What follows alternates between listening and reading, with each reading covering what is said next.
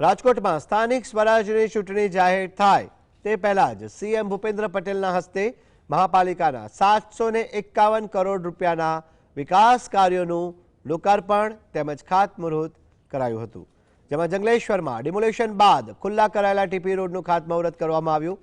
આ ઉપરાંત અલગ વોર્ડમાં વિકાસ કાર્યોને લીલી ઝંડી આપવામાં આવી। આ કાર્યક્રમમાં સંબોધન કરતા સીએમ ભૂપેન્દ્ર પટેલે ટકોર કરતા કહ્યું કે વિકાસ કાર્યોમાં આપણે ક્વોલિટીનું ધ્યાન રાખવાનું છે, ક્વોલિટી બગાડીને વિકાસ કરવાનો નથી। ભાઈ આ જે વિકાસના કામો જે આપણે કરી રહ્યા છે એની અંદર જો ક્યાંય ધ્યાન રાખવાનું હોય તો આપણે ક્વોલિટીનું ધ્યાન રાખવાનું છે। ક્વોલિટી જો પકડીને આપણે આગળ વધીશું તો આજે જે વિકાસના કામો આપણે કરી રહ્યા છે એનાથી સારી રીતે આગળ વધીશું અને કોઈ પણ જરૂરિયાતનું કામ ક્યારેય આપણે બાકી નહીં રાખીએ અને આગળ વધી શકીએ।